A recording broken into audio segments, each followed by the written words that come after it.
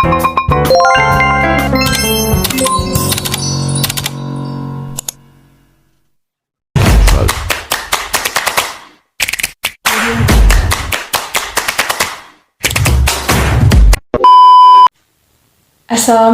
warahmatullahi wabarakatuh. Perkenalkan, nama saya Aida Huta Barat dengan NIM 2003200069. Baiklah, di sini saya akan menjelaskan materi tentang negosiasi bisnis. Nah, ada yang tahu nggak sih itu negosiasi apa? Apa yang dimaksud dengan negosiasi? Negosiasi adalah perundingan. Yang kedua, negosiasi adalah upaya untuk mengatasi perbedaan pendapat antara kedua belah pihak. Yang ketiga, negosiasi yang baik dan efektif apabila negosiasi itu berdasarkan data yang real, akurat, dan faktual.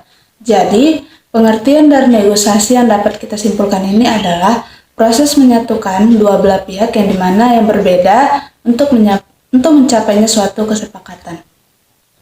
Negosiasi mencakup dari yang pertama pembicaraan, yang kedua diskusi, yang ketiga tawar-menawar, yang keempat pertukaran, yang kelima kompromi, yang keenam perundingan, yang ketujuh perdebatan, yang kedelapan positioning. Nah, tahu nggak sih kapan negosiasi itu dibutuhkan? Negosiasi itu dibutuhkan ketika adanya pertentangan kepentingan, adanya perbedaan solusi, dan peluang dari kompromi. Manfaat dari negosiasi ini terdiri dari 4. Yang pertama, tercapainya tujuan. Melalui negosiasi apa yang Anda inginkan dan bagaimana mencapainya menjadi lebih jelas. Yang kedua, memiliki otoritas yang lebih besar. Melalui negosiasi, Anda merasa memegang kendali karena harus mengambil inisiatif dan meraih kesepakatan yang terbaik, bukan sebagai penonton. Yang ketiga, menjalin hubungan dengan baik. Inti dari negosiasi yang mencapai kesepakatan yang memuaskan kebutuhan kedua belah pihak, sehingga terjalinnya hubungan yang harmonis. Yang keempat, mencegah dan menyelesaikan konflik. Melalui negosiasi, pihak lain dapat melihat cara pandang dan menyepakati hasil yang menguntungkan antara kedua belah pihak. Negosiasi dikatakan sukses apabila yang pertama, melibatkan komunikasi efektif antara kedua belah pihak. Yang kedua, setiap pihak mengembangkan pemahaman tentang bagaimana cara memuaskan pihak lain dan menyelesaikan perbedaan. Yang ketiga, kedua belah pihak menerima hasilnya dengan baik. Bagaimana negosiasi yang efektif? Yang pertama, harus mampu memisahkan perasaan pribadi dengan masalah yang dihadapi. Nah, kita harus bisa fokus pada masalah, bukan malah siapa yang terlibat. Bisa jadi, Anda tidak menyukai lawan Anda karena sudah menggertak. Misalnya, dengan jangan terjebak, tetap pada on the track supaya bisa melangkah ke arah yang lebih solusi. Yang kedua, jangan terjebak dengan perdebatan posisi. Sadari bahwa setiap pihak berangkat dari posisi yang berbeda. Kemudian, menganggap lawan negosiasi sebagai musuh. Yang terpenting, berusaha menyelidiki motivasi, kepentingan, dan sasaran negosiasi agar bisa dapat diambil kesepakatannya. Yang ketiga, buat beberapa alternatif sebelum membuat keputusan.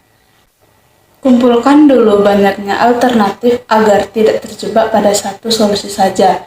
Kemudian, semakin banyak alternatif pilihan, maka memungkinkan kesepakatan yang memuaskan kedua belah pihak. Dan pilihan dapat Anda siapkan sebelum negosiasi dilakukan. Yang keempat, kesepakatan harus didasarkan pada kriteria objektif. Jangan mudah terjebak dengan penampilan. Orang karismatik terdengar sangat meyakinkan selama negosiasi, namun menghasilkan kesepakatan yang tidak seimbang. Dan gunakan kriteria objektif yang dapat diterima semua pihak, serta lakukan analisis cost dan benefit terhadap alternatif yang ada. Adapun elemen-elemen sukses dalam bernegosiasi adalah yang pertama, waktu dan persiapan yang memadai. Yang kedua, sasaran yang jelas. Yang ketiga, memahami pokok permasalahannya. Yang keempat, strategi atau rencana negosiasi yang jelas. Yang kelima, taktik negosiasi yang tepat. Yang keenam, sikap saling menghormati. Yang ketujuh, informasi lawan negosiasi. Yang kedelapan, komunikasi yang efektif. Yang kesembilan, positive thinking. Yang ke-10, terbuka untuk bertukar ide. Yang ke-11, mau berkompromi. Yang ke-12, mau membangun kesepakatan. Dan yang ke-13, evaluasi implementasi. Nah, dalam bernegosiasi terkadang sering sekali terjadi perdebatan.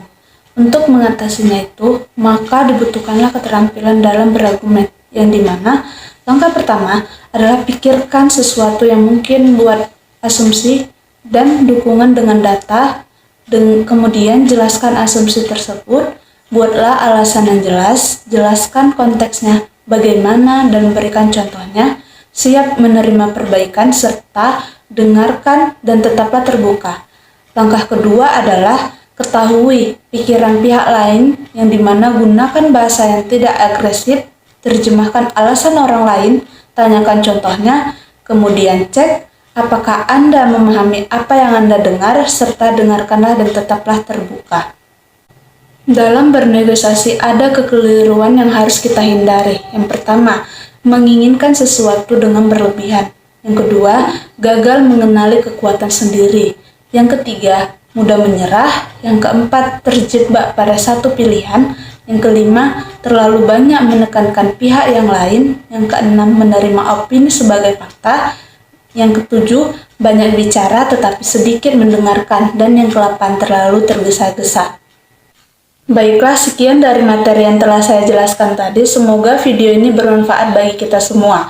Apabila ada kekurangan dalam materi yang telah saya jelaskan tadi, saya mohon maaf.